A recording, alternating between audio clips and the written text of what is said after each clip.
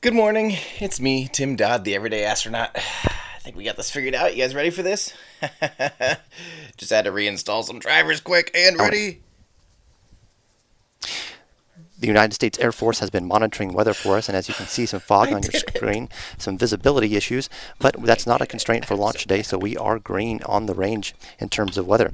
The Air Force range is also responsible for public safety during launches from here on the West Coast and has been coordinating with United Launch Alliance and the NASA teams, ensuring that launch area and the flight path are clear for the launch of the Atlas V rocket, and we have no collision avoidance cutouts or COLAs during the window today, but right now we're tracking to a 4:05 Pacific time launch. We're at T minus 3 minutes, 20 seconds and counting. He said it. He said it first and better. The Atlas boosters and Centaur liquid oxygen tanks are at flight levels. The NASA launch manager, Tim Dunn, has polled his launch team. Tim Dunn. That sounds like me. The United Launch Alliance launch conductor, Lou Mangieri, briefed launch teams ahead of the terminal count. Minus 3 minutes. The launch conductor has also verified with the range controller that solar radiation is acceptable for launch. That's good. Securing LO2 topping. 2 minutes, 50 seconds. Atlas tanks to flight pressure. FDS internal. We're at 2 minutes, 45 seconds to launch. I wish I was the launch director, but no. It's Tim The flight Dunn. termination system on the Atlas V has just gone to internal.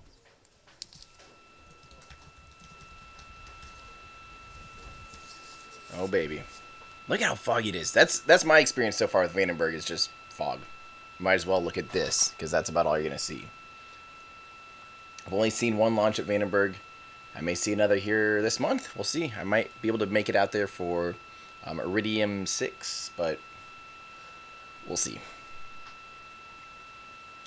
So again, just to remind you guys, this is a Mars lander called Mars Insight We're Lander. at just about T minus 2 minutes and counting. 1 minute, 59 seconds. Launching from Vandenberg Air Force Base in California. Slicks 155. 3E. Launch sequencer start. Sweet. On top of an Atlas V, which is ULA's... Securing Centaur LH2.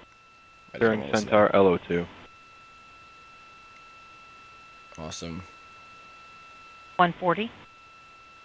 Launch enabled. 137. FTS armed. Cool.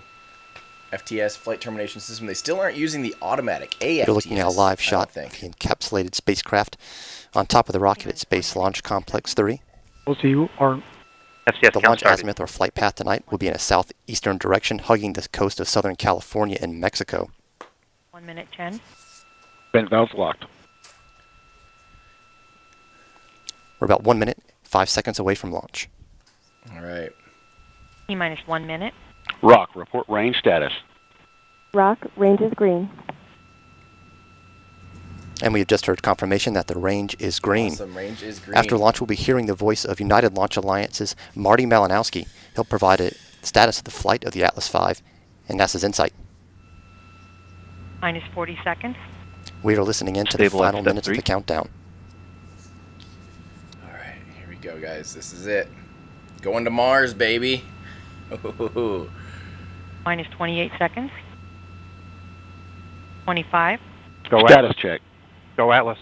Go Centaur. Go Insight.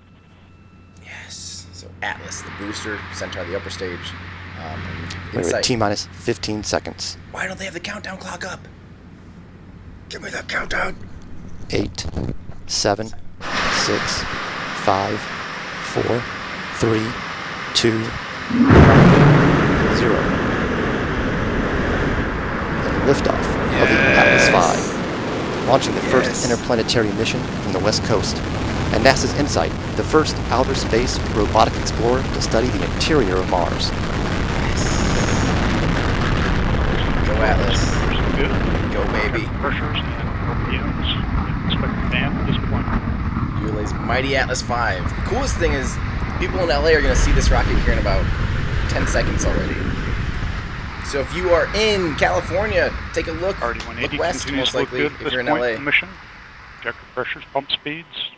Expected It'll be regions. visible about T plus 15 to 20 Ratio seconds. controlling within expected parameters.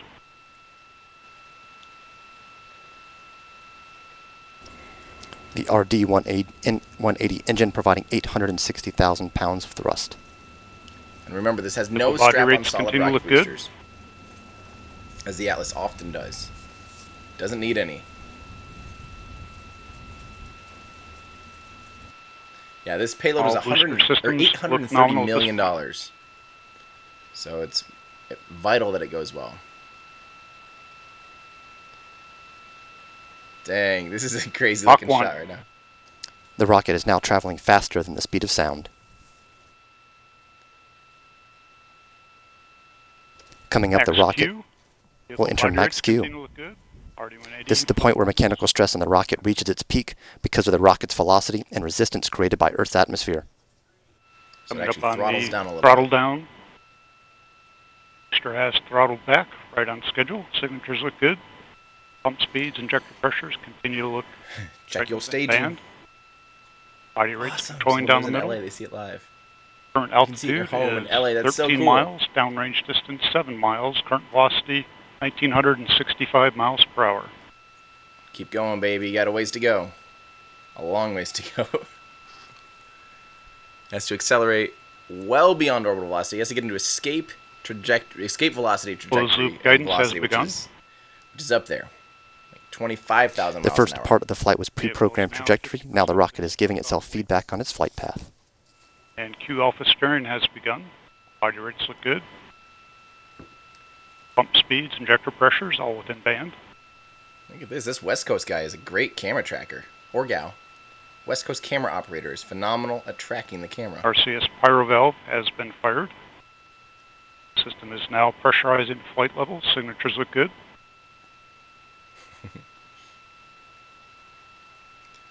You can see the Current plume looks altitude kind is of 30 weird. miles. Downrange distance 43 miles. Current velocity 4,542 miles per hour. I really wish they had on-screen stats. I missed that. You are looking at a live view from the Atlas V rocket. The RD-180 engine continues to burn. Body rates continue to look good. RD-180 still performing well. Q alpha steering has been completed.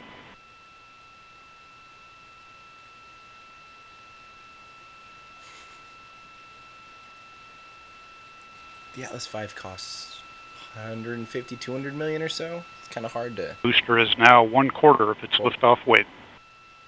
Currently flying at 4 G's acceleration. Boost phase cooldown has begun. Pogo pyro valve has been fired. Moving the throttle to 5 G's. We are 3 minutes 50 seconds into flight, and we're nearing booster engine cutoff, or BECO. Back to 4.6 G's in First stage preparation booster for burns BECO. Boost phase a long cooldown has time. completed. And we have BECO. Shutdown looks good. Main engine cutoff, Miko. And the RD-180 engine on the first stage of the Atlas V has shut down. Stage separation. Oh, yeah, We that's have what they have. box and fuel pre-start. The GN2 purge firing. The RCS is underway. Here comes the ignition of the We have Centaur upper ignition. stage. And full thrust on the RL-10. Good. And the second Critical. stage engine, the RL-10, has ignited. And we have indication of payload fairing jettison. Here's the Looks like numbers. a good step. Where was all this before? And the payload fairing that was encapsulating the InSight spacecraft has been jettisoned. The RL-10C engine, the second stage of the Centaur, continues to burn. You're looking at live animation telemetry Body rates look very good. Go Centaur. of the Centaur second stage on its flight path. Our GN2 purge firings underway for thermal conditioning. Pump As you can speed, see to the bottom right of your screen, the flight path of the rocket. discharge, all been banned for the ZMR.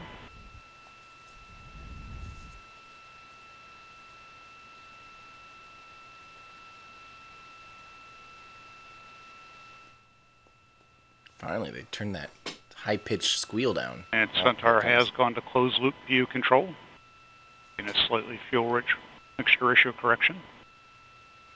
So that velocity, you can see there, the second number after the altitude. That's the big one. That has to get up to over 17,000. This is shown in miles an hour, so that'd be about 27,000 kilometers an hour. And a quick look at the booster stage performance shows a very nominal booster. Ahmed wants to know why they don't use cameras. They are now outside of their tracking cameras. Those cameras, the rigs that they use to track like that we saw the little tiny dots of it. This thing is now For those of you that are just 500 joining us, we miles had an away on-time from the launch site. liftoff of the Atlas V rocket carrying NASA's InSight spacecraft, as well as two small CubeSats called Marco. Marco Polo. And they could use Burn they is probably scheduled hopefully for do have an 8 minutes and on-camera 56 seconds in length. or an on-stage camera here for us to show payload separation at least. I hope. You are looking at a live shot of the Centaur second stage, the RL-10C engine providing thrust. And the RCS line temperatures are warming to throttle temperatures as expected.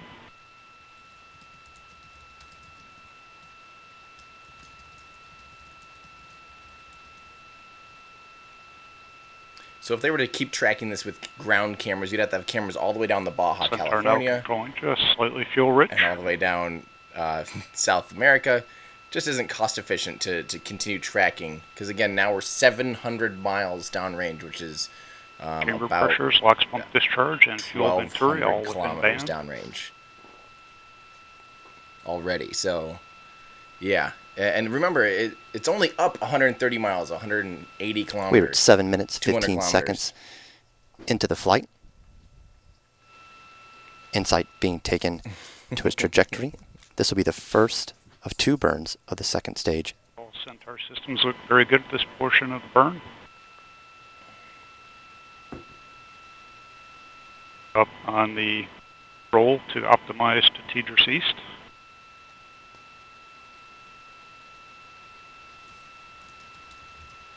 And Tidris East is a tracking data relay satellite east.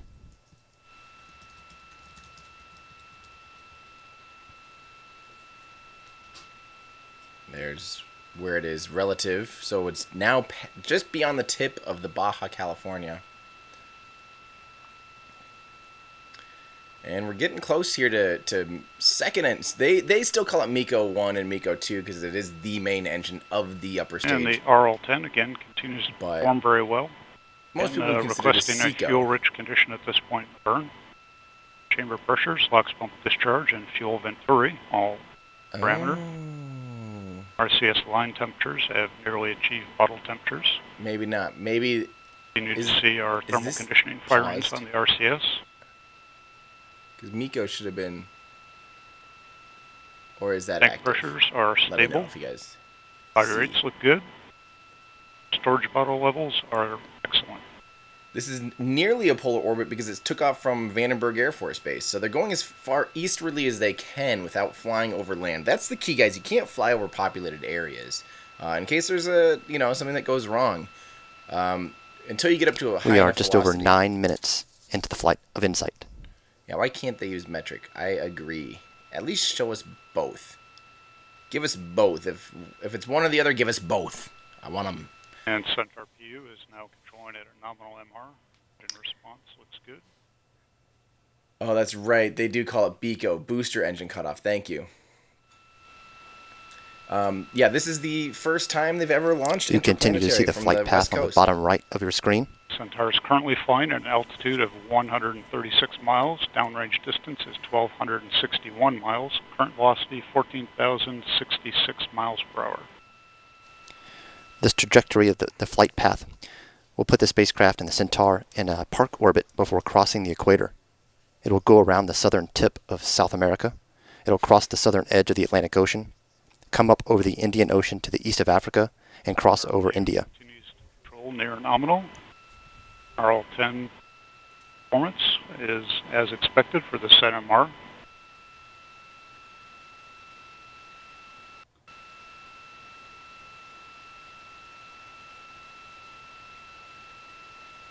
All right. Well, it's looking good, guys.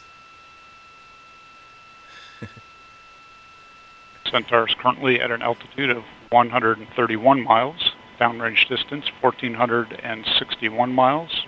Current velocity 14,790 miles per hour. So someone asked, why is the altitude going down? Right now, so if you play Kerbal Space Program, you know that it's basically the. Let me pull this up over here quick. So it can just basically be skimming and constantly falling. And what's going to happen, the easiest way to actually raise your altitude isn't for the rocket to pitch up like We this, are but it's to 11 keep minutes speeding up. into the flight of InSight. And once it's in orbit, that'll actually raise the orbit from the opposite side of the body it's orbiting. So We have about 2 more minutes left in the right first now, burn of the second stage RL-10 engine. 2 minutes to MECO. the biggest thing is that it speeds up. That will get it into a point where it can then raise its orbit and get into an escape trajectory eventually, escape Tank velocity. pressures, body rates, But right now, throttle pressures, all in family. they're basically putting all of their energy into horizontal velocity. They don't really care about altitude. As long as they don't skim back into the atmosphere, they're fine. Which is exactly what's happening. But it could also, they might have to pitch up and do a little bit of a like this so that it doesn't, so their periapsis, their lowest point, doesn't dip into the atmosphere. So we'll see.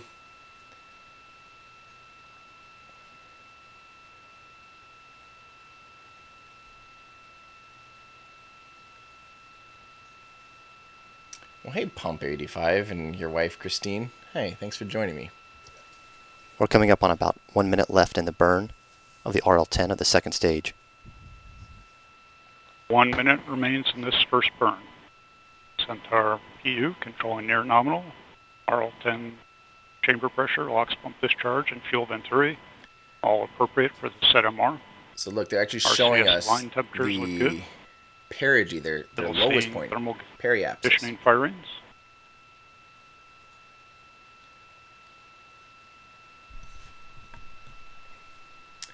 Randy, so you can't necessarily see the upper stage when it's a hydrogen upper stage, and it's hydrolock, so you just don't see it burn. It burns clear, especially what you saw the flash of was the stage separation, but you can't the RL-10 you probably just can't see it during night. You'd see it beautifully. And we are now 13 minutes into flight, very close to the second stage engine cutting off for the first time for one of 2 burns that it will Centaur take. is now orbital.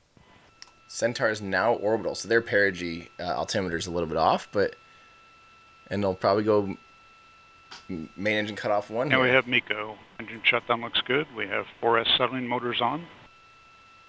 Sweet. And you just heard confirmation from United Launch Alliance, Marty Malinowski, that we've had MECO. The second stage engine has cut off for the first time. The first burn of the second stage RL-10 being complete, we now begin the long coast phase of this mission. The coast phase will end when the RL-10 engine ignites for the second time for over 5 minutes. Start of the second Centaur burn will begin over northeast Russia. The end of the second Centaur burn will be completed over the northern Pacific Ocean.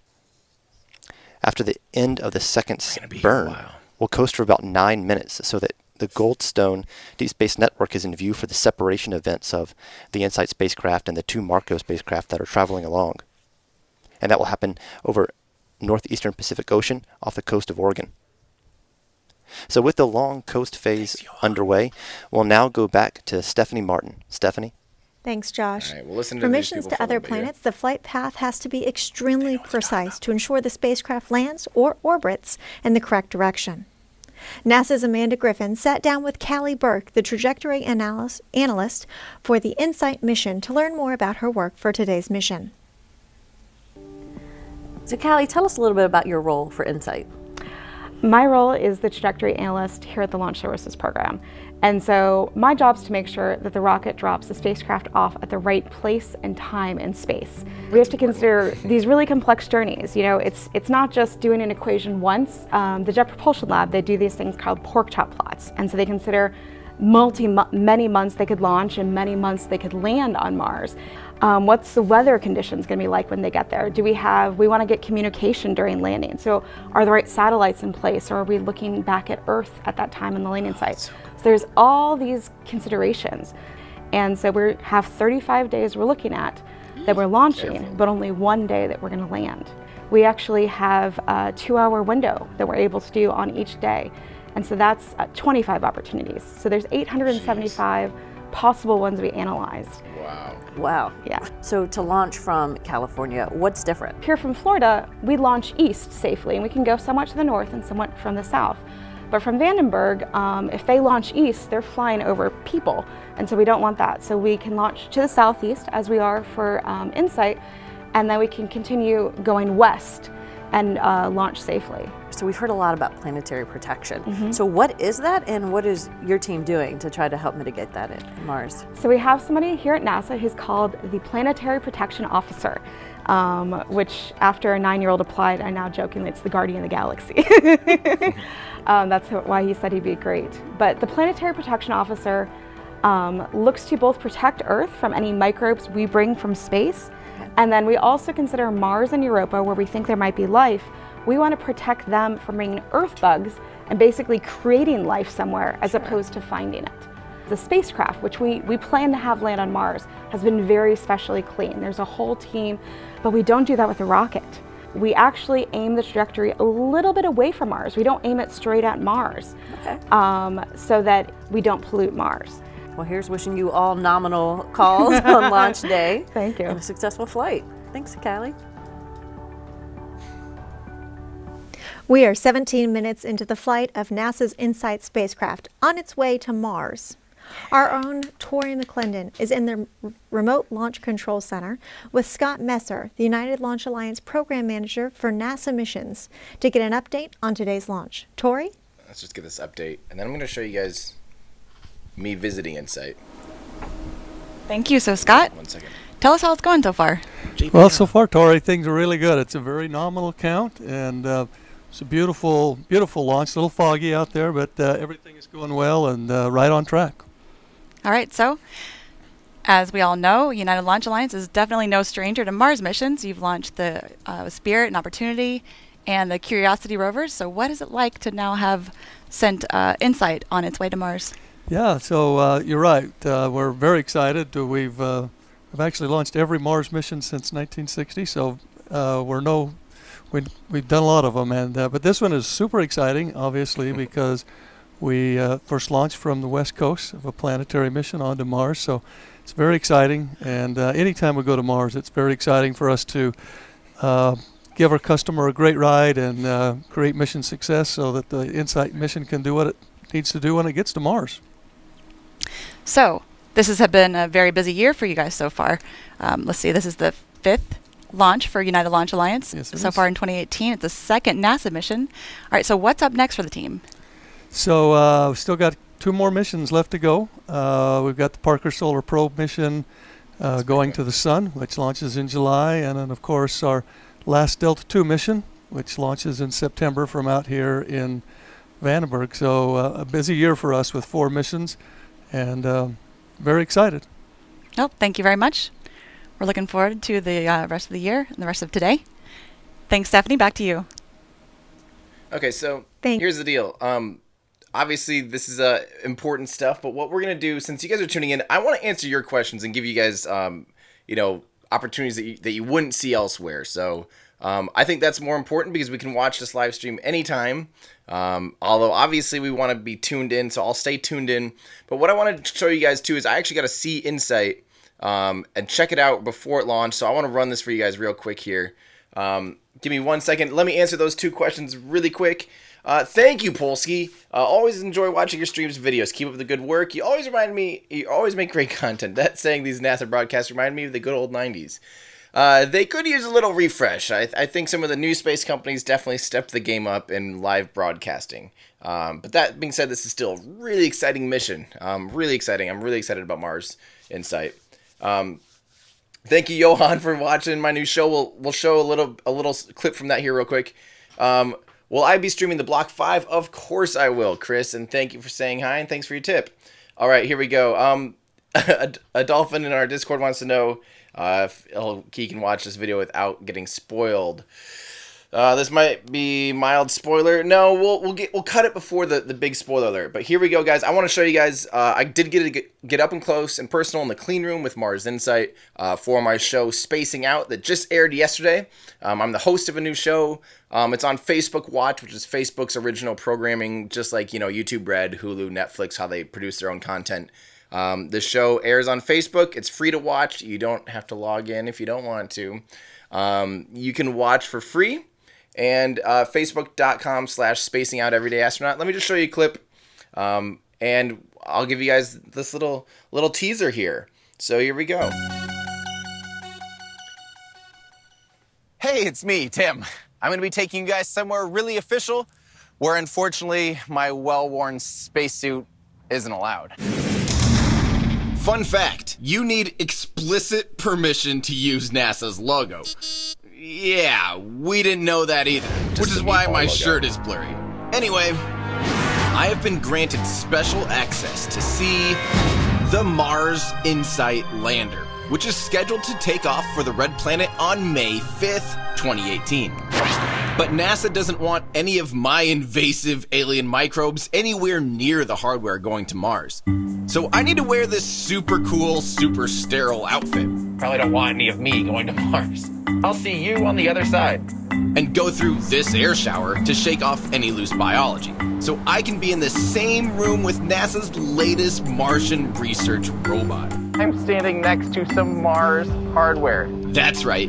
This is the Mars InSight lander, designed to conduct interior exploration using seismic investigations, geodesy, and heat transport.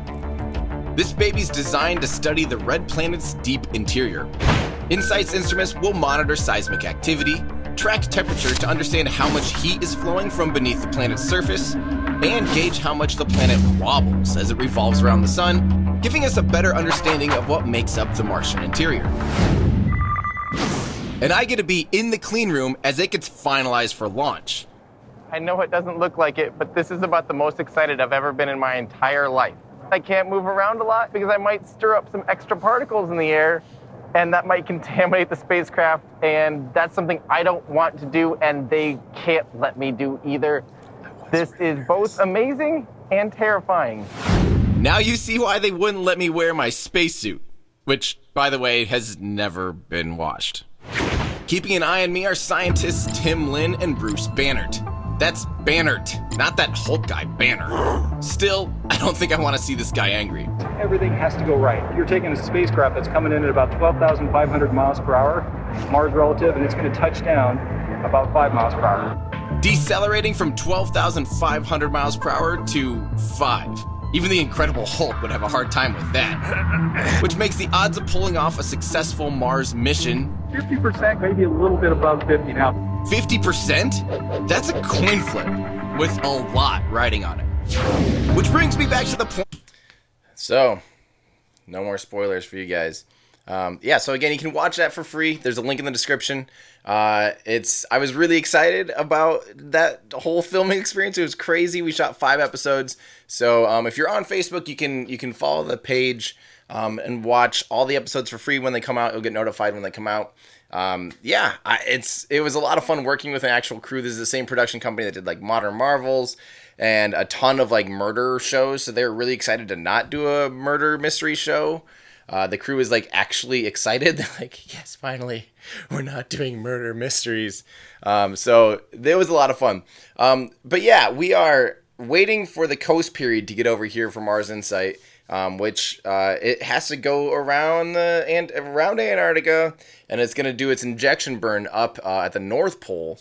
If they were to burn at Antarctica, they'd be going retrograde, and therefore heading towards Venus orbit, basically. So they had to burn at the top so that the orbit's facing the right direction, and that would get them into extending their orbit out so the orbit around the sun matches up with Mars orbit, and they'll get a Mars intercept. Hopefully. I mean, they can do it. ULA's absolutely great track record for these missions.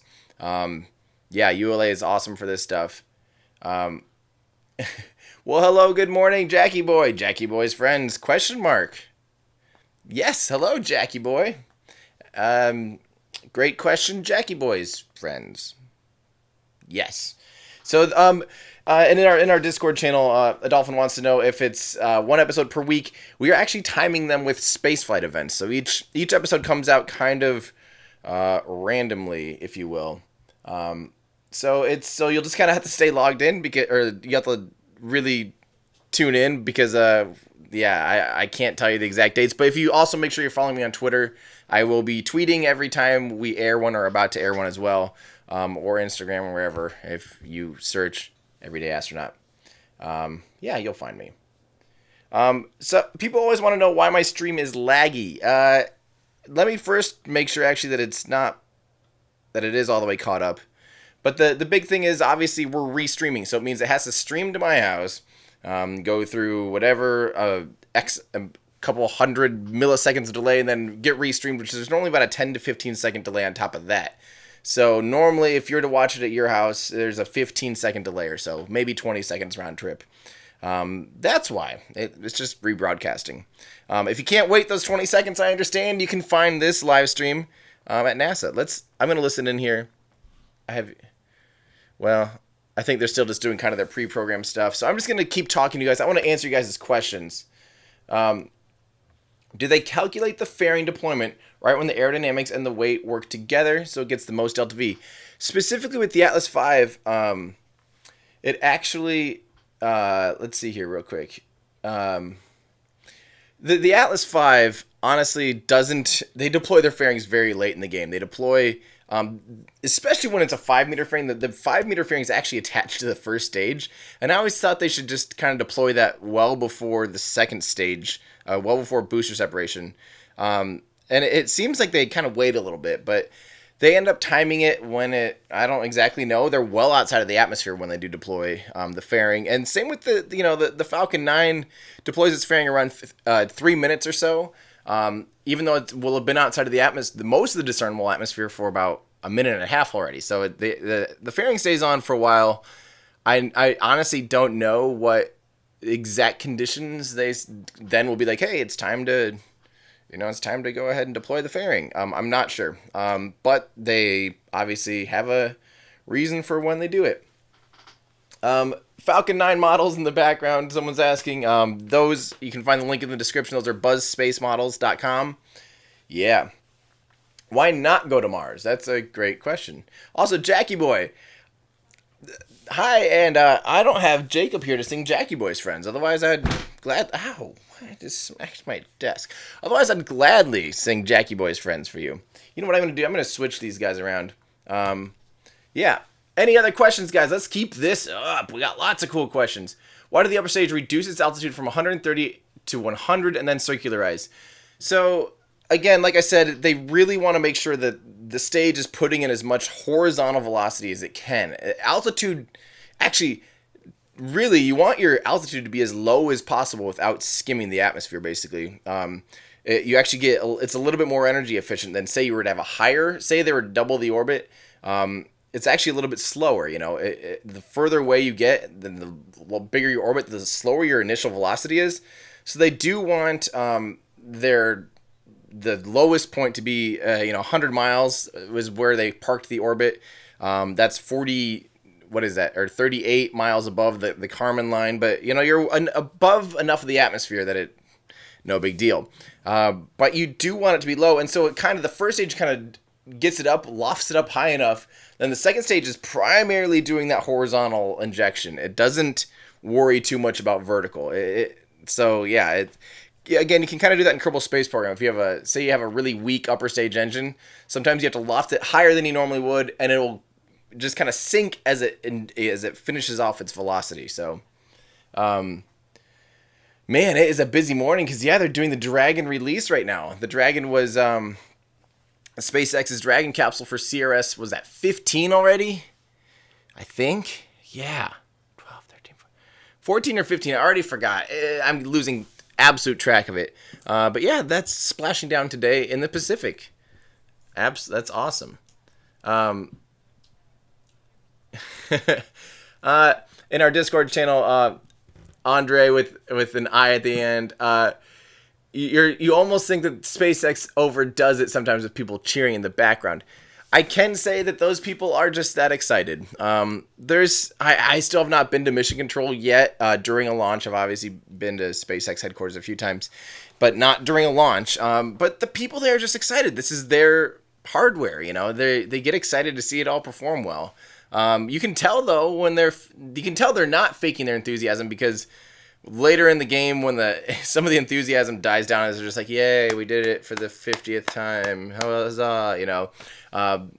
They don't cheer too much, but things like Falcon Heavy, OG2, the first booster landing, SES-10, some of the big ones, they go nuts, because those are their like pinnacle moments. So I think Block 5 will be another good one.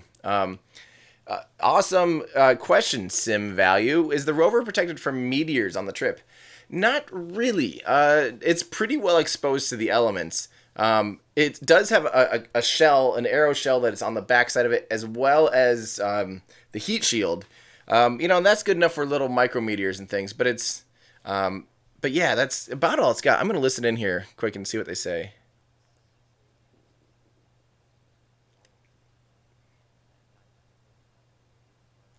The perigy's going down,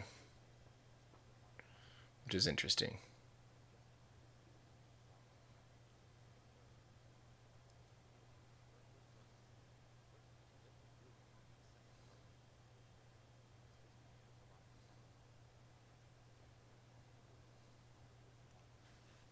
Oh, I want you guys to be able to hear this. Sorry. Stage burn, and then it released the InSight spacecraft, and then a few moments later released the 2 Marco spacecraft at the bottom. But a beautiful liftoff in the pre-dawn sky at Vandenberg Air Force Base on the central coast of California. There was fog in the area, yet no constraint to launch. And speaking of launch, let's bring you some launch replays right now. They're going to replay the launch, so I'm going to, again, just kind of mute this. We have good questions. Launch replay, pad view 1. So Pump 85 in our Discord wants to know why rockets pitch over. Let me explain that. So the main reason that a rocket goes up at all is to get out of the atmosphere. The atmosphere is going to slow it down. To go to space, if you just went straight up, you're just going to fall straight back down. That's just how it happens. Gravity doesn't change. It's still always pulling us at that 9.8 meters per second from everywhere on Earth. It's pulling us towards the center of the Earth at 9.8 meters per second squared. So if you just go up, boop, off the Earth, you're just going to come right back down. Doesn't matter if you go into space, if you go high enough. Eventually, actually, if you get way, way, way up there, you will actually stay in space, but it's terribly inefficient to do that. So instead, what you do is you take off, and then what you have to do is you have to get up to 17,500 miles an hour. And so first you get up out of the atmosphere, and as soon as you're kind of getting out of enough of the atmosphere that speed, so say you were to go that fast at sea level, you would disintegrate because there's way too much heat, way too much energy, and it'd be really, really, imagine your hand out the window going 60 miles an hour or 100 kilometers an hour in a car.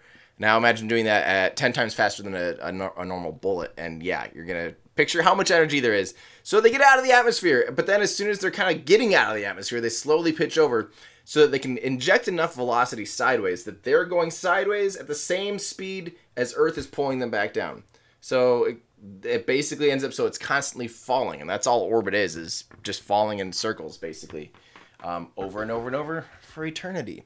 That's the short version of that. I think the best way to do it is to play Kerbal Space Program, which we probably won't do today. Also, Renau, thank you. Jackie Boy, what time? I'm Central time zone. Renau Gaming, can't wait for Block 5. Looking nice on the launch pad during the static fire. I can't wait for Block 5 either on Monday.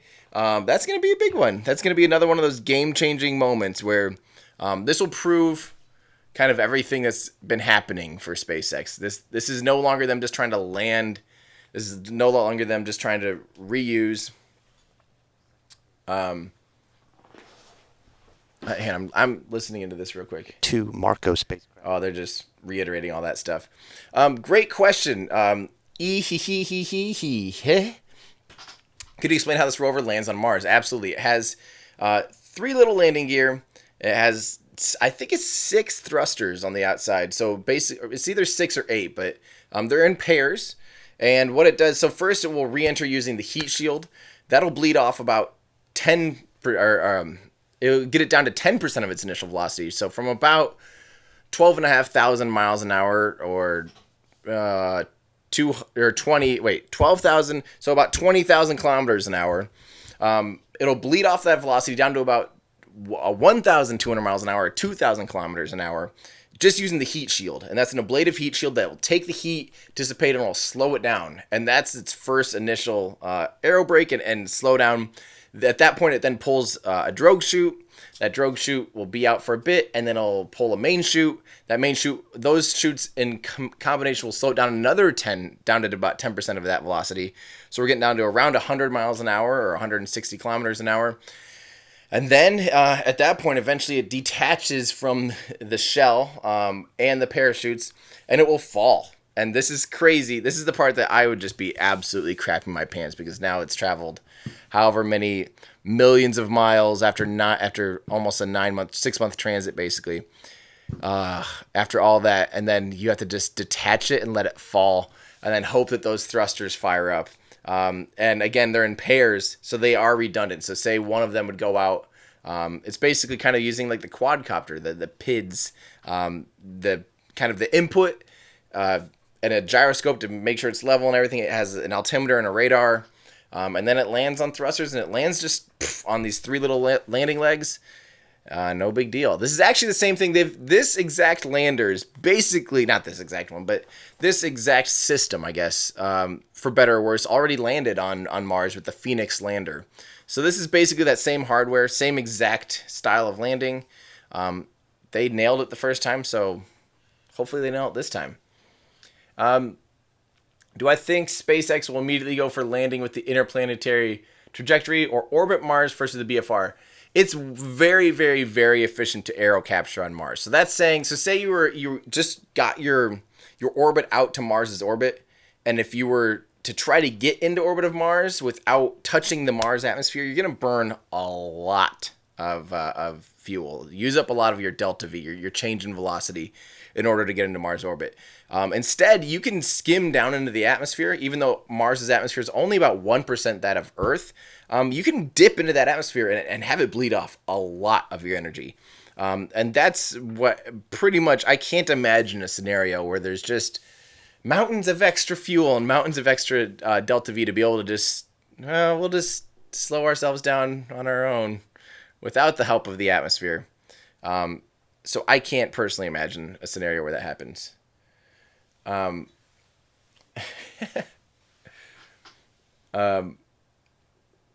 So Tobias Hallman's great question. Well, if they nail it the first time, there's a 50-50 chance of success. Doesn't it mean there's a bigger chance? Doesn't that make it a bigger chance of failure this time? One could argue it makes it a better chance of success. And the reason is that he said 50-50, a little bit better than that now, is because traditionally, historically, things trying to land on Mars is right around a 50% mark. Lockheed Martin so far lately, they're on a streak. They've kind of figured it out. Lockheed Martin is the primary contractor for InSight. It's their lander. They have it nailed down pretty darn well. So honestly, yeah, I would say that they're above a 50% chance now. It's less about chance these days and more about just understanding how it all works. So, all right, crypto's great. I had a busy day yesterday. We had the premiere of the show and all that stuff, so I haven't really been able to stay on top. I know they had Static Fire Block 5 yesterday, but Cryptos in our Discord says, I don't think Block 5 will fly on Monday the 7th, more likely Wednesday the 9th. I'll try to keep track of it. I will be live streaming whenever it does happen, so just stay on top of that, and I'll be here, guys. Don't you worry. All right. Why do 99% of launches go east? Because that's with the rotation of the Earth. The Earth rotates at about, it gives it almost 1,000 miles an hour, or 1,600 kilometers an hour of velocity, just by traveling east, because the planet spins that fast. So if you go with the rotation of the planet, you inherently gain that velocity compared to, and also most, as you say, why do most of them go east? Well, most launches are geostationary satellites, things that are just out there at geostationary orbit. They're satellites, like communication satellites, that just are like a fixed point in the sky, and they just stay right over one spot on the Earth forever. And most of those, to get out there, sometimes those are really heavy things, like 6,000 kilograms or something, 13,000 pounds. And when they're that heavy, you need all the help you can get. So it makes the most sense to launch straight east. some other things, like, say, like when you think of Google Maps and how Google Maps takes a picture, they have satellites that take pictures of the entire globe. Those ones are in a polar orbit, so they go north to south. So those you'll never see a polar orbit launch out of Florida. I should not say never, because you probably could do a really crazy dogleg maneuver, but it makes a lot more sense to launch polar orbits from California, at least in the United States, because you can fly straight south. Which, if you're in that little armpit thing of the elbow, elbow, not armpit. The elbow of California, which is just west of Santa Barbara, and they actually launched from near Lompoc, which is Vandenberg Air Force Base. It's right here in the little elbow, and you can go straight south, and that way you'll be in your polar orbit. So that's why they go into a polar orbit. They launch from the west coast if they're doing low Earth orbit. GPS like middle Earth orbit, is that what that's called? I'm tired. And geostationary orbit, they'll most 99% of the time launch from the east coast just to get that extra 1,000 miles an hour of velocity. So what is a dogleg maneuver? That's a great question, and so is what GTO is. I will give you guys both of those dogleg maneuvers. So lots of times, say that you launch from here and you need to get into a different inclination. So say you need to just kind of change, or say there's an island that's in between where you're taking off from and where you actually want to be, the orbit. You'll have to go up, and then they pre-program this thing once they're clear of population or whatever, and they're at a good chance to get into their proper orbital alignment. They'll oftentimes do a little whirr. And ULA, you heard that lady mention that she had to program a 2-hour launch window for like 40 days or whatever it is. And during those 2-hour launch windows, they pre-program every 5 minutes. So the Atlas V actually knows when to dogleg. It says, like, if I take off at this time, at this point I'll have to do this little correction. If I take off at this time, I have to do this little correction. They have to do that. They had to do that for the entire pork chop, it's called, the entire transit out to Mars, which is a lot of math. That's a ton of math. And I think that's pretty freaking sweet. So, I can't wait. So, sorry, I'm seeing Block 5. I can't wait for Block 5. But yeah, that's what a dogleg maneuver is. Just a little kink in changing your orbital inclination. Someone also said, can I explain GTO? So GTO is geostationary transfer orbit. So typically when you send a satellite out to geostationary orbit, which off the top of my head I think is like 22,000 miles, which again is probably around 30,000 kilometers. What they do for those, you just get it out in this highly elliptical orbit. So you just inject it out so its highest point, its apogee, is at or even actually beyond that geostationary orbital altitude. And then the spacecraft typically, unless it's a direct to geostationary orbit, and that would be a GEO launch, but a GTO is just that transfer orbit, getting you out there to the highest point, because that takes the most energy. Then the spacecraft, once it's in that highly elliptical orbit, once it gets to its highest point, slowly, every time it goes up to that highest point, it speeds up a little bit, and that slowly increases its orbit, and it eventually ends up in its parking orbit. So, scale of your Falcon Heavy model, and will Bang-A-Band Who launch? Absolutely it will launch, but I just don't know if it's on Monday. I'm just started hearing that here from our Discord channel. But scale of the Falcon Heavy model, what is that, guys? Like 172? I don't remember what Ollie... It's a meter tall. So, yeah, if it's a meter tall, it's a 170th model, basically. Or right about there, because the Falcon and Falcon Heavy are 70 meters tall. So if it's 1, then it's 170th. Good for math. Too early for math. That was too much work. 20. This is the 20th mission to Mars.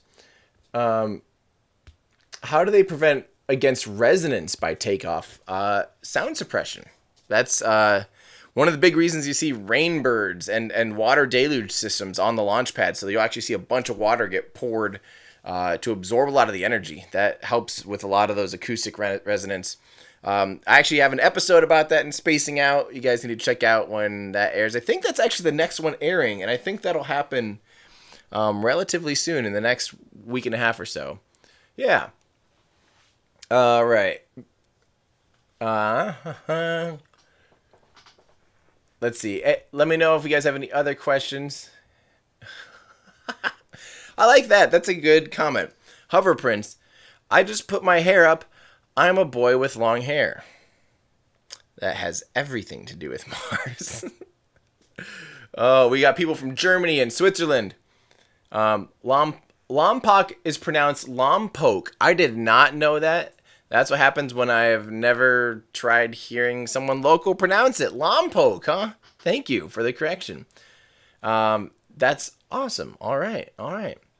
Did they roll it back last night, Block 5, or wait until this morning? That's a good... I believe they would have rolled it back last night after Static Fire, Hank. I don't know, though. Again, I have not been able to be on top of... I haven't been able to be on top of the Block 5 stuff because I was very, very busy. Oh, wow. There we go. Lots of New Zealand, Netherlands, and Australia, Croatia, India. You guys are from everywhere. Hello from UK, Germany. Where did I get the Falcon Heavy model from? Those guys are link in the description. Basically, anything you need to know, just look in the description. But those are buzzspacemodels.com. That's Ollie Braun. He is the wizard of all 3D printing. Some sources even say May 12th. Dang. Got a question a bit further up. Puppet Toe, I will... All right, just watch your SpaceX rockets versus NASA rockets video. If the BFR is estimated to cost $7 million per launch for an orbital launch, would it be cheaper for a suborbital Earth-to-Earth launch? If so, do we have passenger capacity estimates for BFR to possibly work out a final ticket price fly if and when it does start? Great question, Puppet Toe, in our Discord. So, yes, we do have some of those estimates. So first off, the orbital launch versus suborbital launch will probably cost about the same. Really, you're mostly paying for fuel. The good thing is a suborbital trajectory wouldn't have quite as much velocity as an orbital trajectory, so you might not ding up and damage the heat shields as much. But it's, at that point, almost negligible. I mean, it's darn near orbital velocity, so it'll still be very punishing to the heat shields. So that being said, the $7 million, most of that goes towards fueling and just the pad preparation, the range, the operation costs of the vehicle of each launch will be about $7 million. And estimates are showing that it'd probably be about $10,000 per seat on a BFR for a point-to-point transportation system on Earth. I saw one estimate that said if they had, what was it? I just saw it, I think, in SpaceX Lounge on Reddit or somewhere. First off, Ollie Star wants to know when you need less fuel to. They'd probably fully fuel it up, to be honest. I don't know why they would ever give themselves a lack of margin. I just feel like, you want all the fuel you can have, for your landing burn and everything. The more fuel you have, the more margin there is for landing. Those 3-engine landing burns that SpaceX does with some of their cores are quite dicey. I think they want the exact opposite of quite dicey when you have people on board. So why not skimp on fuel and make sure you're utilizing the vehicle to its fullest? So, but yeah, $10,000. Honestly, that is relatively cheap if you think. If you can get to the opposite side of the Earth in 40 minutes, right now those trips easily, even in economy, cost $1,500 when you're going across the globe. So if you can get there in 30 minutes instead of 24 hours, yeah, I would. I don't know if I'd quite consider it yet, but if I was wealthy, absolutely. 900, yeah, or exactly, or Space Homer in chat goes $900 million in hardware. It sounds like it's about $350 million in hardware. You don't want to skimp on $100,000 worth of fuel, but I 100% agree with that. First class on LA to Sydney flight is sometimes more than 10,000. Oh, absolutely. There's a lot of flights that are well more than 10,000. And the reason someone said a $10,000 estimate is that's what it would take to really, really, really be, I think it was $50 billion a year in revenue from the BFR flights if they're to do that. So you could figure they might be able to, bring that down even more. So we'll see. How does the landing system of the InSight lander actually compare to the old Viking landers? You know, I hate to admit, but I don't really know enough about the Viking landers to speak candidly about them, but I do know it's different than, say, Spirit and Opportunity, which landed on an airbag system. But they were so lightweight, they didn't need propulsive landing. This kind of uses, it's almost the same as the Curiosity rover minus the sky crane portion. So instead of needing a sky crane and ejecting all that, it just lands on its base. It has the thrusters built into that base that we're seeing on the screen right there. And I think that's pretty sweet. The point-to-point, that's not true, Chris. The point-to-point will still use the booster, I believe. Just because you can get, so it's space, you know, Elon goes, the BFS could do SSTO. Sure, it can get to orbit with no payload, no discernible payload. That doesn't mean it can land. That doesn't mean it can deorbit itself. That doesn't mean it can do anything once it's in orbit. Single stage to orbit, guys, I don't get people's obsession with an SSTO. If you're reusing all the hardware, SSTO doesn't matter. It's way more efficient. You get way more out of the vehicle if you split it up into two chunks. It's just the rocket equation. It makes way more sense to do that. You can get a lot more payload. If a lot of your launch cost is locked into your range, if it's locked into, you know, your all the people running the pad and the pad operation costs, and if you're going to be spending the amount of money in fuel anyway, why not break that up into two pieces and let the first stage only experience a little tiny bit of, you know, re-entry heat? It just makes so much more sense to not do an SSTO. SSTOs make almost no sense. The only time I can even remotely picture an SSTO making a lot of sense is if you're using the atmosphere to your advantage, you know, using like an air breathing engine, some kind of like those hybrid engines that people are working on pretty exclusively. So like the Sabre engine, for instance. But you know, even then, I just don't know if that's worth it. You get so much more mass into orbit if you split up the stages. And again, then the first stage just has a lot less stress on it than trying to heat protect and do everything you need to do to bring the entire thing back from orbit. Yeah. That's true. Yeah, who cares about what seat and how comfy it is? If it's only a 30-minute flight, put me in a shoe. I don't care. I mean, a 30-minute flight to space, I can be uncomfortable for that. Does not matter. Jumping back to the sound suppression systems, how do you think you could do? How do you think you could do to decrease sound? Thinking you're going to have to go from BFR. That's a really good question. So I did a video all about point-to-point transportation systems of the BFR on Earth, and that was my biggest concern. Is if you read the guidelines for how much sound output and what distances you need to be away from a city to not just basically be having sonic booms on reentry constantly and not just be shaking the entire city it's nearby, you'd have to be almost 100 kilometers away. And that, to me, 100 kilometers, now you have to have a 100-kilometer boat trip out to your launch site. So maybe a Hyperloop, but now you're just getting into like a lot of moving parts, a lot of pieces. That I don't know how you can make a rocket quiet besides a lot of water. So maybe there is something though about if it's a giant launch platform on the ocean where it can just, all the flame gets directed straight into the water. Maybe that actually ends up suppressing a lot of sound. Who knows? I don't know, but that's just my guess.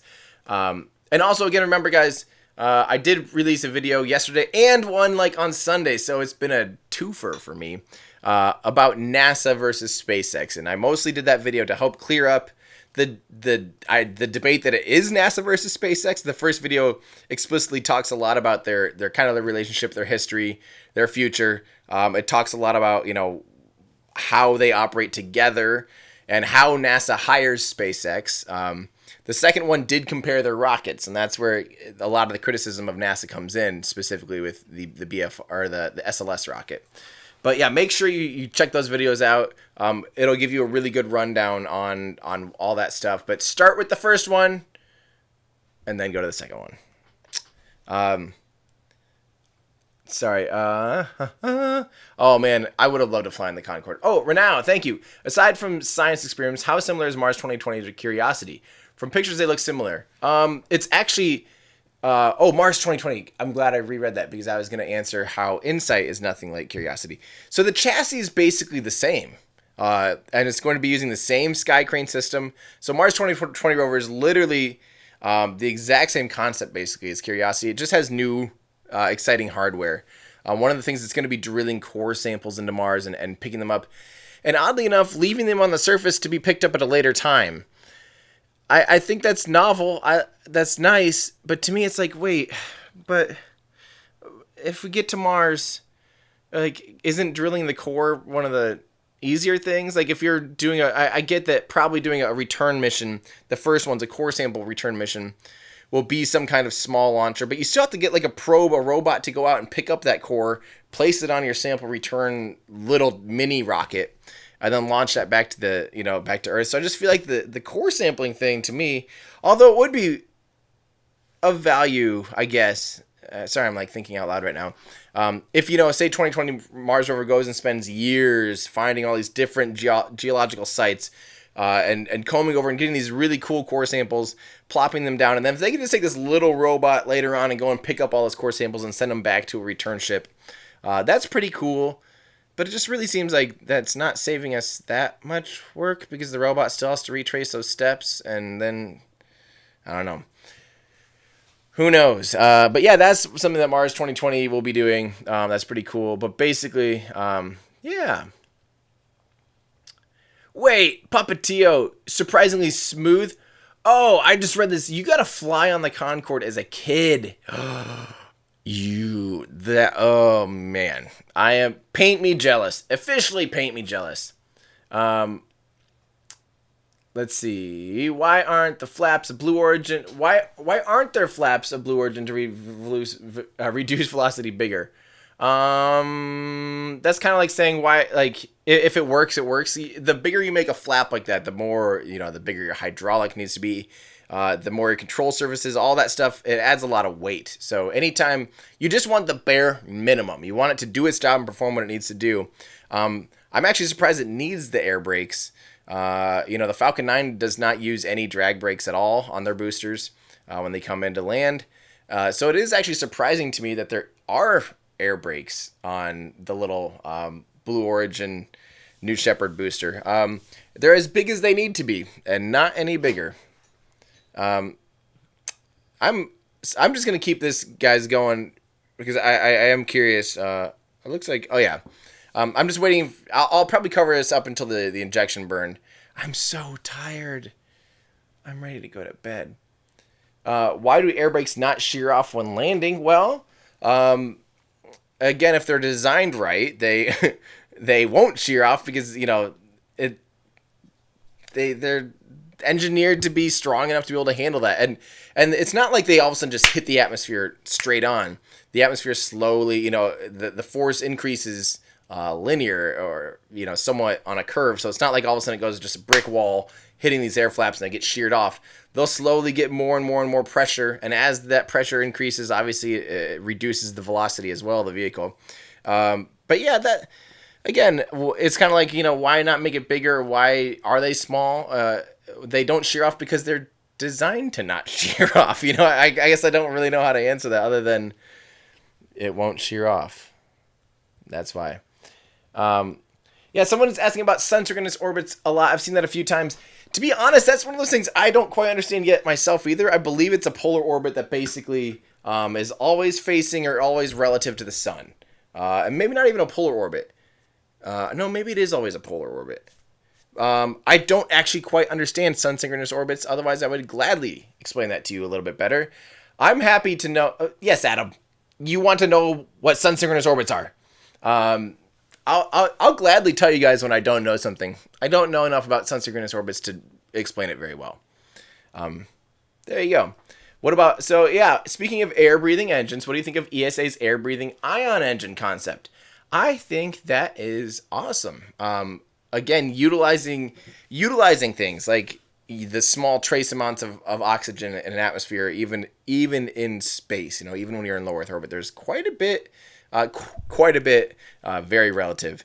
But there is some amount of atmosphere up there, and if you can be low enough in altitude, you can actually scoop up some of that and use that as propellant, which is awesome. I think that's very, very, very cool.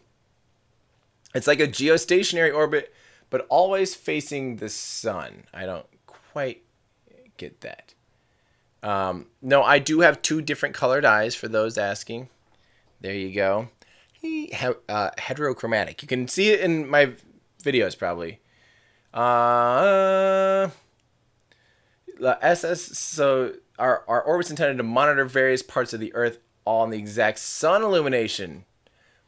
All the cameras see the same location only. Aha. Sun synchronous. So that means... So, but how is that different from a Lagrange point? That's what I'm trying to figure out. So if it's always illuminated by the sun in the same point, how is that different from a Lagrange point? Is it? See, that's why I don't know enough about solar sun synchronous orbits. Nearly polar orbit around the planet in which the satellite passes over any given point in the planet's surface at the same local mean solar time. Okay, so nearly polar orbit. So basically, it'd have to have like a... So does that mean it has a 24-hour period, but in a polar orbit, so that it passes over the same point at the same time every day? Yes, that must be it. If so, there you go. Yeah, I did know a sun synchronous orbit is at least allows solar panels to work continually. That's basically all I know. Do you think any Block 4 will fly 3 times? I do not think so. Otherwise, we would have seen it done by now. And we're basically on the eve of Block 5 flying. So, if you don't know what we're talking about when we say Block 4, Block 5, have a little gander through my videos. I have almost a video about almost everything these days. So there is a video about Block 4 and Block 5 for those that want to follow up and learn about what Block 5 is before Block 5 goes off. I also have a video about static fire, which they did yesterday with Block 5. I talk quite a bit in depth about why the Block 3s, Block 4s, anything, the full thrust variant, any vehicle that has landed so far, its primary mission has been to learn how to land and then how to reuse, but it was not economical or efficient to really reuse it over and over and over again. But that's what Block 5 is all about. That's awesome. What? That's really cool. They flew your grandpa. Sorry, Puppeteer. This is amazing. Your grandpa went on the Concorde. And the Concorde was going to sea service. He got a $10,000 hamburger. He flew from JFK to LHR, so London Heathrow, got lunch, and then back to JFK. That is amazing. That would be my dream. I'm just going to pop over to London quick and back in the same day. That's incredible. All right, make a video about sun synchronous orbits once you figure it out. It sounds like a good idea. If I have enough people asking about sun, guys, a lot of people are always like, "Oh, you do so much videos about SpaceX." It's because I get a ton of questions about SpaceX, and they're constantly changing. As soon as I put a video out about Block 5, 2 weeks later we'll get a news update being like, "Hey, by the way, Block 5 is now Block 7." Thanks, Elon. So I just do videos based on what the needs of the community are. So I read all your guys' comments. I read literally everyone, and I just pay attention to what question I'm getting asked over and over and over. And that's what deems what my next video will be. So not if one person asks over and over, so it's not the squeaky wheel that gets the grease, but instead it's community-based. So when people are asking questions about Falcon Heavy or Block 5 or whatever, that's often what my next videos will be. So any news about sample return missions at Mars 2020? Great question, Transformatron. I like that name. And thank you for your tip. That's a good question. I don't know of any real proposals for the sample return. There will not be a sample return on Mars 2020 itself, but it will be doing the probe, the drilling, and the core sampling, like I mentioned before. So I don't know of any actual return plans yet. It's kind of like in a to be determined future date type of situation. So Neuropilot in our Discord, didn't Scott Manley do a video on sun synchronous orbit? If so, I need to watch it because then maybe I'll understand it. We're coming up finally on our second stage burn. I am ready for this. Man, we have a long time still until... This is going to be like a 2.5 hour live stream. And team is tired. Estoy cansado. Is Mars 2020 the name of the rover, or is it unnamed yet? It is unnamed for now. 2020 is just, it's kind of working title. So stay tuned because there will be more. Why is SpaceX? That's a good video. I'll do a video titled Why is SpaceX? And then it's just me going for 3 hours. Why is SpaceX? And then you can watch it. It'll be the worst video I've ever made. We need more videos on NASA probes. I agree, Melvin.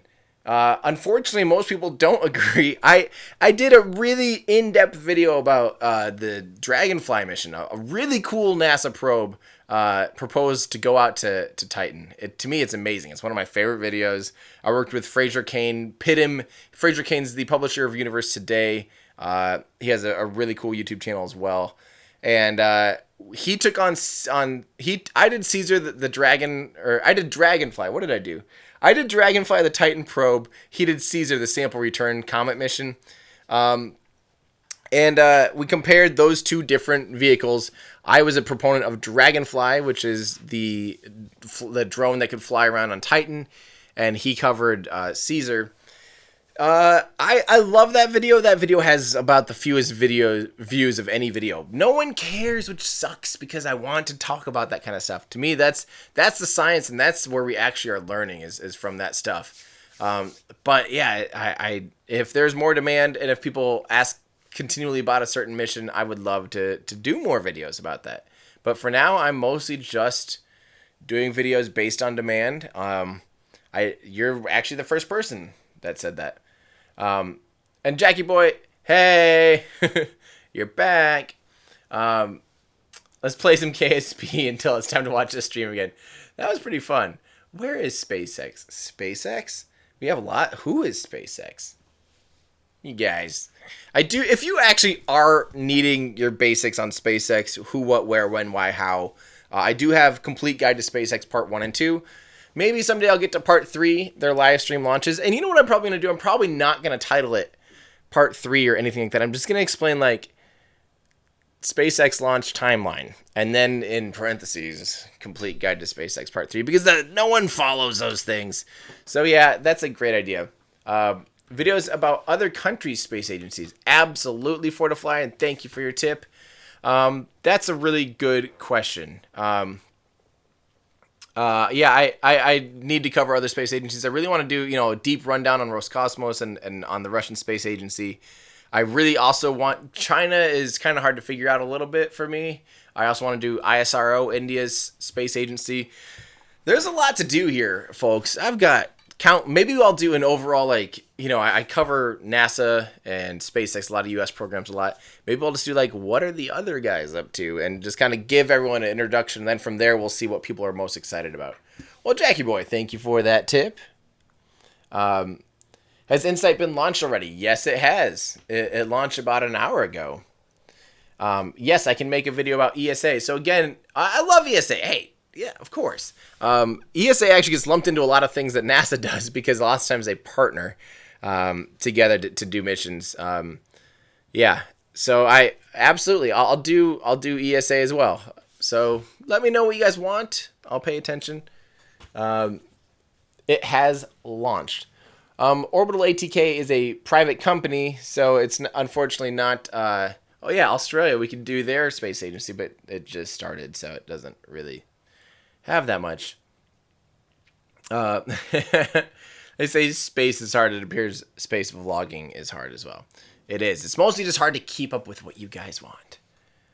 United Launch Alliance. What mic do I use? This is a Sennheiser, just a blue mic. It's the same mic I use in my videos. Just kind of place it in my front of my mouth. It's the MKE600. What I should be using is this guy over here, the MA200 Mojave. Much nicer microphone, but the only problem is it just covers everything in my life. So I just use this shotgun mic and it's good enough. Well, Elite Geeks, the launch is still going on here, friend. I know you're upset here. And I'm sorry that you're upset. If you, I mean, I never said it hadn't launched. Most people that have tuned in knew it launched already. We're waiting now. It's in a coast period. So it's currently heading up the, kind of up probably around India and up. It'll do another burn up when it gets above Russia. And it'll stop that burn around here. That's this injection burn or an inclination change. I don't quite remember which one they said. So yeah, so there's still some more to go. Here we go. So you can see it launching or coasting here. So it's currently at a 63.9 degree inclination. So I think that first burn will be an inclination change, and then they will do it'll actually do the injection burn. So yeah. Australia has one in the pipeline. That's obvious. Yep. Sorry, I'm just now getting caught up with you guys. Will I be covering the Falcon 9 Block 5 launch? Of course. As long as it's not when I'm gone. I will be in California middle of May here for a bit. So as long as it's not while I'm gone, I will absolutely be covering that baby. Yes, and I can't wait. Do a BFR. Darth, you got to look through my videos, but I've done a lot of BFR videos. I've done 2. One about the point-to-point transportation system of BFR, another comparing 2017's BFR to 2016's BFR, even though they kind of called it the ITS, the Interplanetary Transportation System. But immediately after IAC 2016, internally it was just called BFR already. So, Dragon spacecraft is still not approved to carry crew. Why? That's actually an upcoming video I'll probably do. It's talking about commercial crew and why it's taking so long to certify not only SpaceX's Dragon capsule, but also Boeing's CST-100 Starliner. Both of them have taken a very long time to get online. And thank you, Connor. But there's a lot of reasons NASA has really, really strict guidelines for human safety these days. It's like way above the regulations necessary for, compared to shuttle and everything. They're going all out on safety, which is great. But it's also just taking a long time to certify a lot of that stuff. So that's why the Dragon spacecraft is currently unable. Dragon 2, which they will launch, Dragon 2 on test flights here very soon this year. We will see Dragon 2 fly this year. But probably not, almost for sure, not with people on board yet. But it's getting close. That'll be a big stepping stone to actually seeing it fly. But I think I'm going to do a video about, Dragon 2 kind of versus Starliner and talk about where they're currently at. I think that might be the next one. I think that's a good one. So basically the video could be, who will get to the International Space Station first, Boeing or SpaceX? Can you just buy tickets for launches at the VIP launch site on JFK Space Center website? Yes, you can. Whoever Xenozoid movies that I can't pronounce, Enomioid X movies. I don't know how to pronounce any of that. I do have a video called Where to Watch Rocket Launches in Florida. It gives you the whole rundown, including maps and all the different locations available for launches. So check that out. It actually also has an article about where to do that as well. So check out that video again. Like I said, I have videos for most things. So thoughts on New Glenn? I sure do love New Glenn. New Glenn's going to be amazing. New Glenn is Blue Origin. So Blue Origin is Jeff Bezos's rocket company. I like how every time I say something, I go back. New Glenn. Oh, yeah, New Glenn's Blue Origin. Oh, yeah, Blue Origin, Jeff Bezos. Oh, yeah, Jeff Bezos. He's the owner of Amazon, richest person in the world. The richest person in the world, Jeff Bezos, has a rocket company called Blue Origin. Blue Origin has currently one launch vehicle that's been launching called the New Shepard. It's just a little suborbital hopper, and it's going to be a tourism, just a little, hey, we're up in space for about 4 minutes of weightlessness. The whole ride's about 12 minutes long. That's New Shepard's a great demonstrator, though, to learn how to do propulsive landings, and then they'll scale up that technology basically and use it for their big New Glenn. New Glenn is huge. New Glenn has about the capacity and the capability of Falcon Heavy, so they're jumping from a little suborbital boop-de-boop into a heavy lift launch vehicle, which, go figure, why not? And take it very seriously. The engine they're working on, the BE-4, is also a methane-powered engine. It's very similar to the Raptor engine, at least in the fact that it's methane-powered, but it's huge. It's really big. It's like the same size almost as the Space Shuttle main engines, the RS-25s. It's a big, big, big engine. Very powerful, very efficient. The New Glenn will have 7 of those. So New Glenn is going to be huge. I believe it's 7 meters in diameter. So just that's like 22 feet. So for reference, the Falcon 9/Falcon Heavy, 3.7 meters diameter, 12 feet wide. This will be about double that in diameter. But the BFR will be 9 meters, so 30 feet wide. And that'll still be bigger and more powerful. But New Glenn will be amazing. It'll land on a moving ship, not a little platform, but an actual moving boat. Blue Origin says that it's more stable when a platform's moving rather than stationary. So I can't wait. I cannot wait for New Glenn. The launch facility there, they actually have the facility out there at the Cape already to build New Glenn. It's huge. It's basically almost the VAB on its side. And that's awesome. I'm going to listen in here, and I'm going to pull up their audio because we're getting close to that second burn here. Is New Glenn going to be flying before BFR? I would bet on it, to be honest, yes. I would be very surprised if we see BFR fly before New Glenn. Yeah. Dr. Evil Voice, I need $1 billion to invade Mars. Yes. It'll take more than $1 billion, but you're right. We do need some money to invade Mars. And thanks, Elite Geeks. Isn't it crazy if you say $1 billion? And that's not even quite enough for a proper Mars mission, most likely. First Mars, anything, even if it's BFR, will be crazy. You have to build BFR. You have to get that whole system online. Then you have to get, if you're actually going to send people, think about all the research still necessary for deep space habitats and how to survive, cosmic radiation on that 3 to 6 month journey to Mars. Plus, and once you get there, how do you live with ISRU, in situ resource utilization on Mars? How do you build a habitat? How do you survive? So there's still a lot of money to be put into Mars. Yeah. What are my thoughts on Rocket Lab? I have a video about Rocket Lab, and you can find my thoughts. I think they're amazing. Very cool, very young aerospace company. Very similar. Actually, they've been around for quite a while, since I think 2006, if I remember right. So 12 years. But they are just now finally garnering some attention, and I can't wait to cover their launches in the future. I love their Electron rocket. It's beautiful. I have a video that compares it and gives you a good perspective on how big, yada, yada, yada, the whole thing is. Connor, why is the BFR... Center has completed the D-spin and now has gone to... Okay, why is it entering broadside, not rest settling in preparation for the start sequence? So pressures are just being increased as well. Yeah, I'm trying to kind of listen to this too, because they're getting ready to fire up. So they're burning right now to basically do ullage, so it pushes all the fuel down into the tanks before they ignite. But that's a great question, Connor. I will explain that here in a second after this burn. There's a little telescope in here. Who knew? There's something in there. I didn't know that. I'll wait until they do this burn, and then I will explain why the BFR comes in broadside and not engine first. And meanwhile, I will be... We have fuel pre-start. There we go.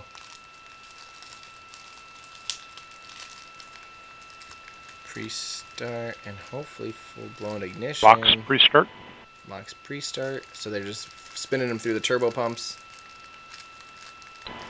Second burn is scheduled for 323 seconds in duration. Okay, so 5 minutes and 20 seconds.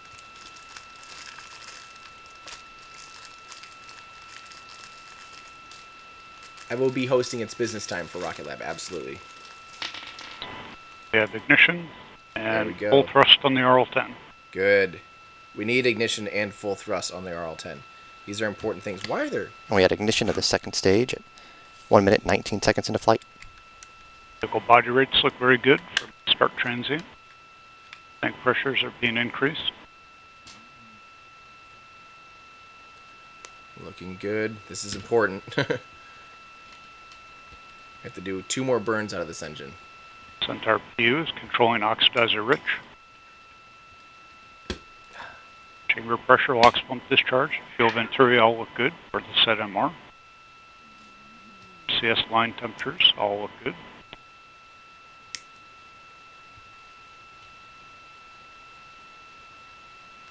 Still looking good. So again, this is going to be a 3 minute and 20 second long burn. This is, or 5 minute 20 seconds long. This is quite a long burn. RCS thermal conditioning firings underway. I get it. Signatures look good. We all have to cough from time to time. Yes. Yes, I didn't know I had this. This is amazing. This is amazing. Yes.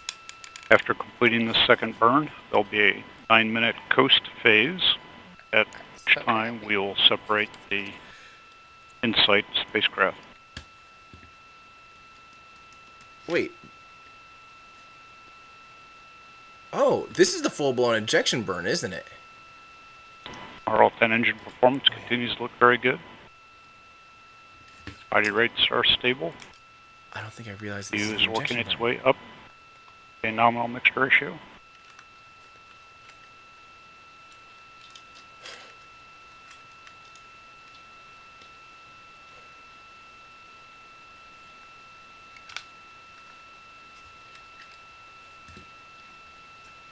Jack Houlis, I have the Falcon Heavy recap up. It's called Falcon Heavy. Why? How have you missed that? How dare you, Jack Houlis? How dare you? How dare you, Jack Houlis? Engine performance still looks very good. How Our dare CS line temperatures are good. So far, things are looking Tank good. pressures are stable. Storage bottles look good. Batteries are as well. We are going to Mars. Currently accelerating at 1.27 Gs. 1.27 Gs. Not very much.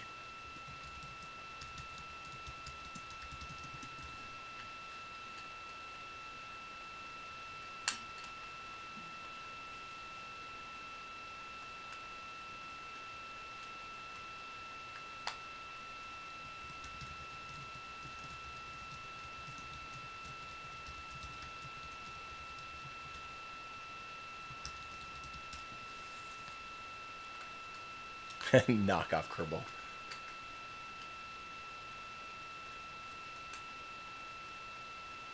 Our all-10 chamber pressures, LOX pump discharge, and fuel venturi all look very good. MR controlling right at nominal.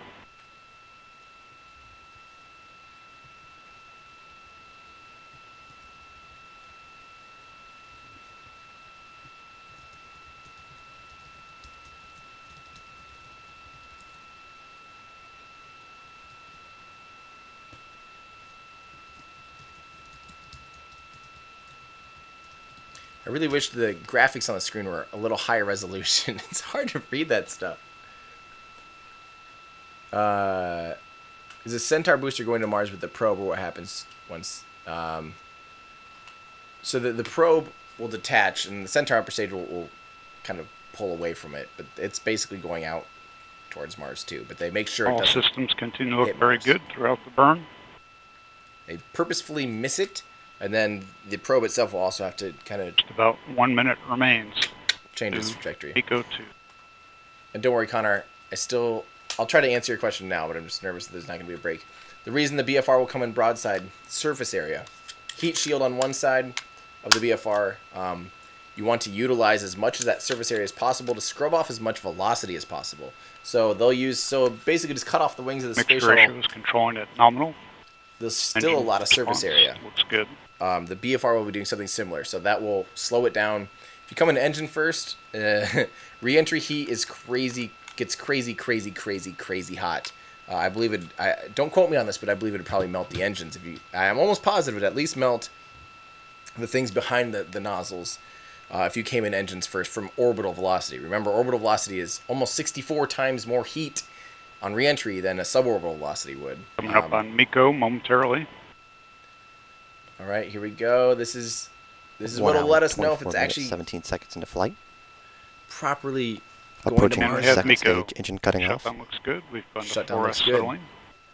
And confirmation of main engine cutoff 2.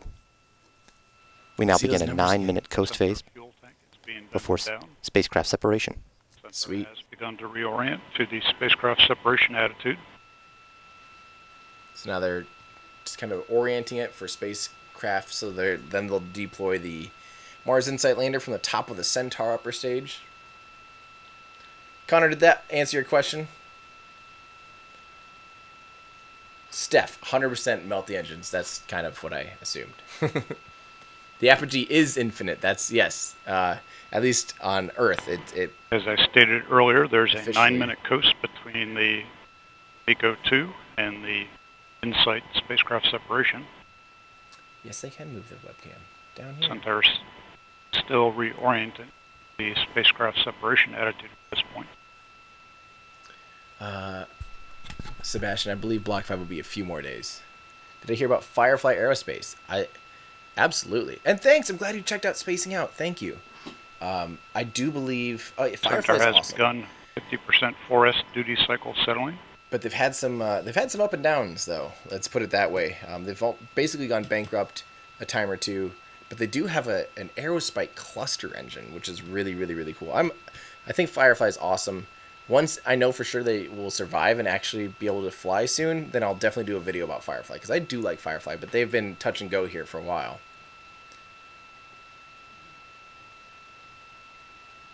Awesome.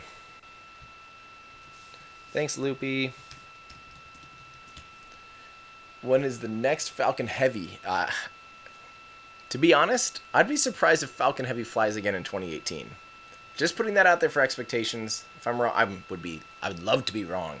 The reason I think We that now those have the MECO 2 plus 3-second open. Once again, the pre-flight predictions compared to actual show a very good agreement and an excellent orbit achieved at MECO 2. Good. That's important. Excellent orbit achieved at MECO 2. I like the sound of that. I don't think BFR will happen in 2018 again. Or, I mean, Falcon Heavy, because it'll be based on Block 5, and I'm guessing they're just going to want Block 5 to fly several times before they commit to, fully. I'd be very surprised at this point if they built anything besides like nose cones and a few of the components they know won't change on Falcon Heavy. I feel like they're going to want to fly Block 5 a good number of times before they make a Falcon Heavy Block 5. That's my question. There is a Falcon Heavy scheduled for June, and it absolutely will not happen in June.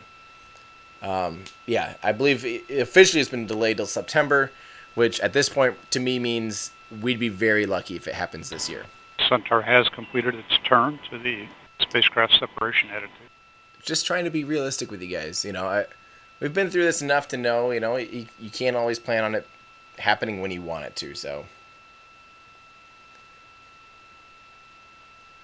Yes, I'm aware that there's a launch of Falcon Heavy in September of 2018. Centaur has begun to ramp from just a like 50% Block 5 was duty supposed to cycle fly last a year. 10% duty cycle. And like Falcon Heavy was supposed to fly in 2013.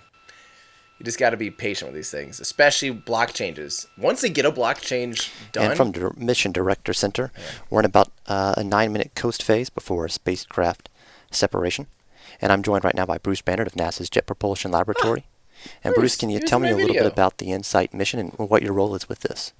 Well, I'm the principal investigator of the mission. I'm sort of in charge of the overall success, the scientific success of the mission, and so I have to kind of oversee all the different aspects of it with an eye towards making sure that it's going to do the science that we propose to do, that we've basically been tasked by NASA to provide from this mission.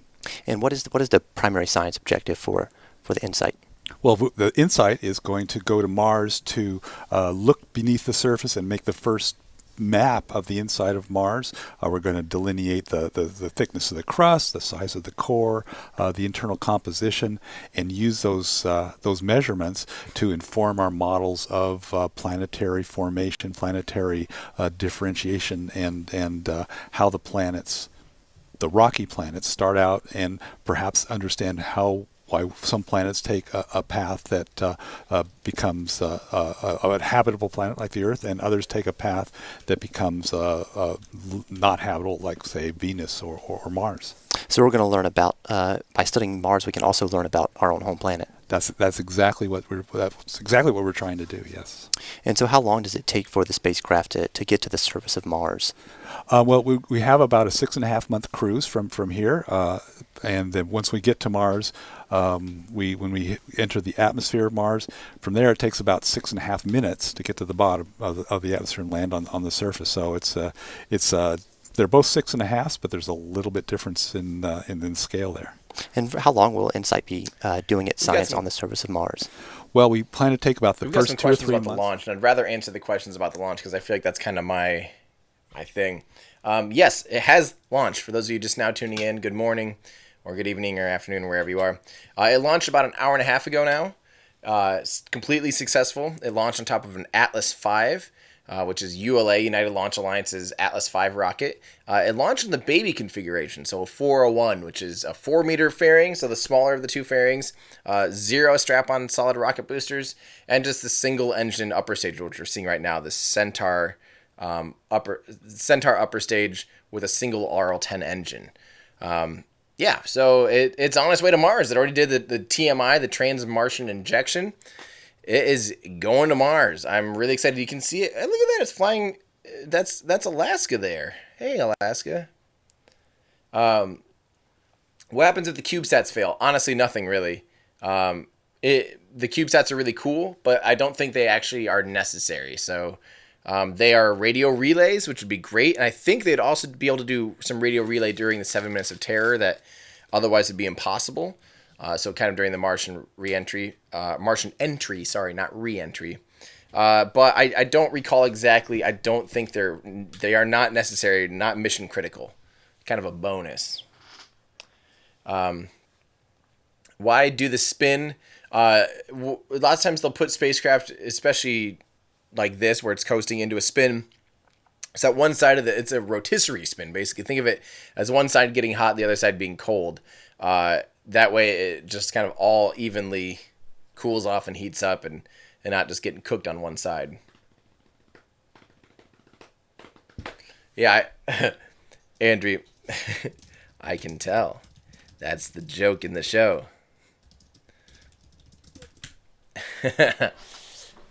Yeah, it is a weird inclination because of the Vandenberg launch. Exactly. Thank you, Darren. They launched from the West Coast. This is the first interplanetary mission to launch out of the West Coast in the United States. You obviously they missed out on the eastwardly trajectory, but it still had plenty. People asked why did they do that. You know, I think it was bid out that way. They didn't want to have any launch schedule conflicts. The West Coast is a lot less busy. When you have it just got an interesting decision. It was destined for an Atlas V. Atlas V can launch. You know, they have 2 launch sites, and they actually said, look, it still has plenty of Delta V to do the mission in its bare configuration. So if we can do it from the West Coast, why not do it from the West Coast? We won't have other launches to worry about. Less busy in that sense. So let's do it from there, especially since they have a 40-day launch window, I believe it was. To me, it was a cool decision. You know, if you can, why not? I think, you know, that's basically the big reason. So Rami, hey, hi. Small thrusters always firing at the end of the stage. Those are kind of ullage and orient. You know, they're kind of orienting the booster and doing things like that. But they're basically just making tiny little course corrections. I know they look big in this. There we go, spacecraft separation. Room, a lot of excited people. Now a short coast of approximately 34 seconds before we You're looking at NASA Launch Manager Marco Tim 8. Dunn. This will be the first pair of CubeSats to go to deep space. They carry radio, high-gain antenna, and propulsion system with the goal to provide data relay to the Earth from the entry, descent, and landing phase of the InSight mission.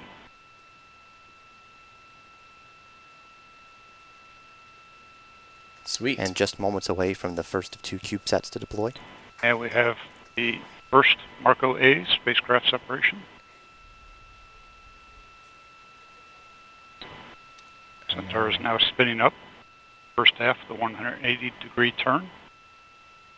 So it's going to do a 180-degree turn here to shoot the other CubeSat in the opposite direction.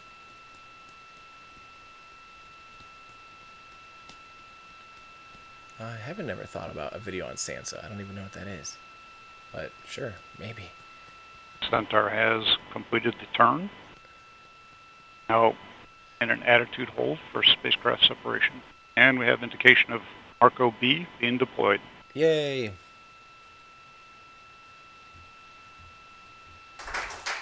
And the second of 2 CubeSats has been deployed. Good. That's excellent.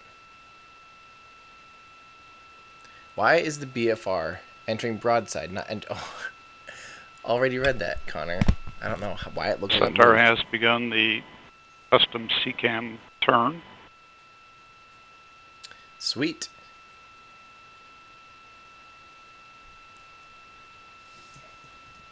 And a lot of handshaking going on in Atlas Launch Control. Awesome. As the InSight spacecraft is separated, along with the 2 Mark II CubeSat also bound for Mars. Okay. Successful. I mean, so far this is looking good. I think this is going to do it for me, guys. Honestly, I'm tired. I had the big, we aired my show yesterday and had we did an AMA and all these other things yesterday. So I'm ready to go take a little post-morning nap. Yeah, so if you guys have any more questions, make sure and let me know on social media or, on a video somewhere.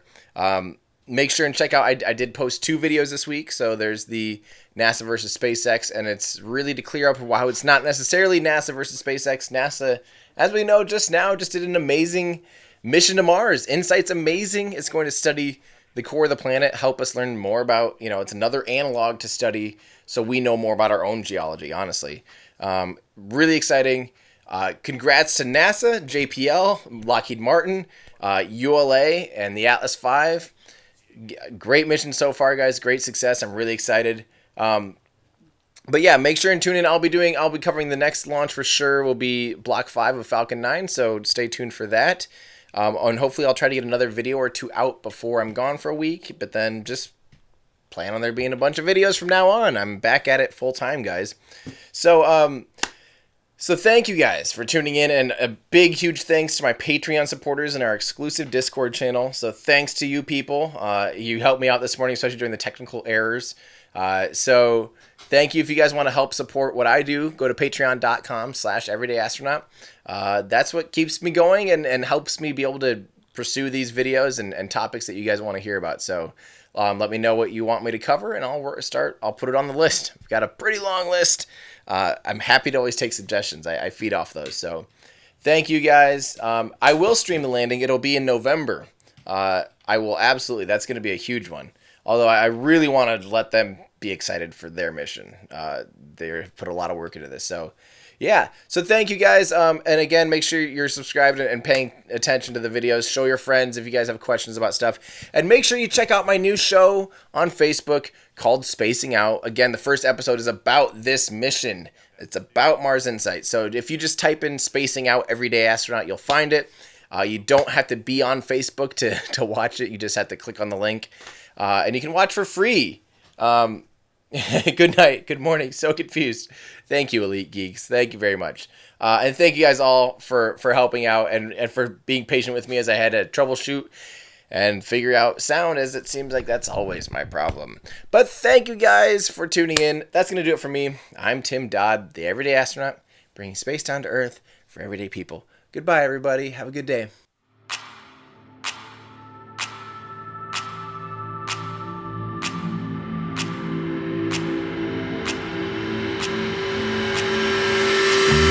I think we all dreamt about going to space when we were kids. But when the space shuttle program ended in 2011, I discovered a void in my life. That emptiness led to a newfound obsession with space. A few years later, I wound up bidding on a Russian spacesuit as a joke. When the box arrived at my doorstep, my friends asked, "What are you going to do with a spacesuit?" The answer? What can't I do with a spacesuit? That's how Everyday Astronaut was born. Since then, the suit hasn't left my side. It's even gone around the world with me. From remote villages in Myanmar, rockets and spaceships,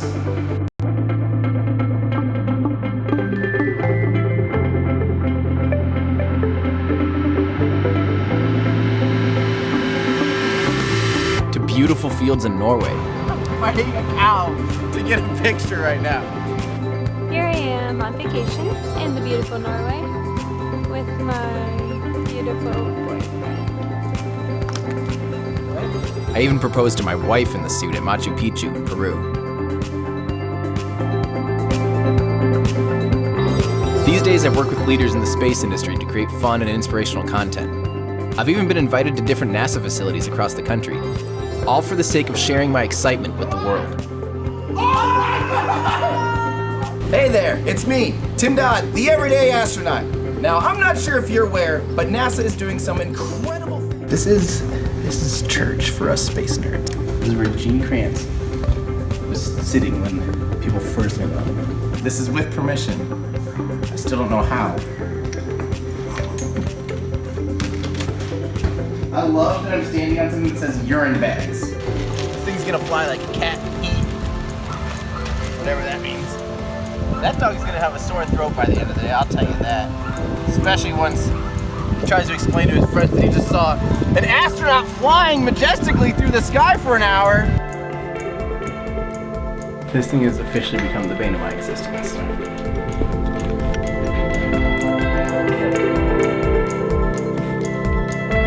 Everyday Astronaut's mission is to bring space down to Earth for everyday people, to communicate science through humor and imagination, but most importantly, to spark your curiosity, to want to find your place in the cosmos.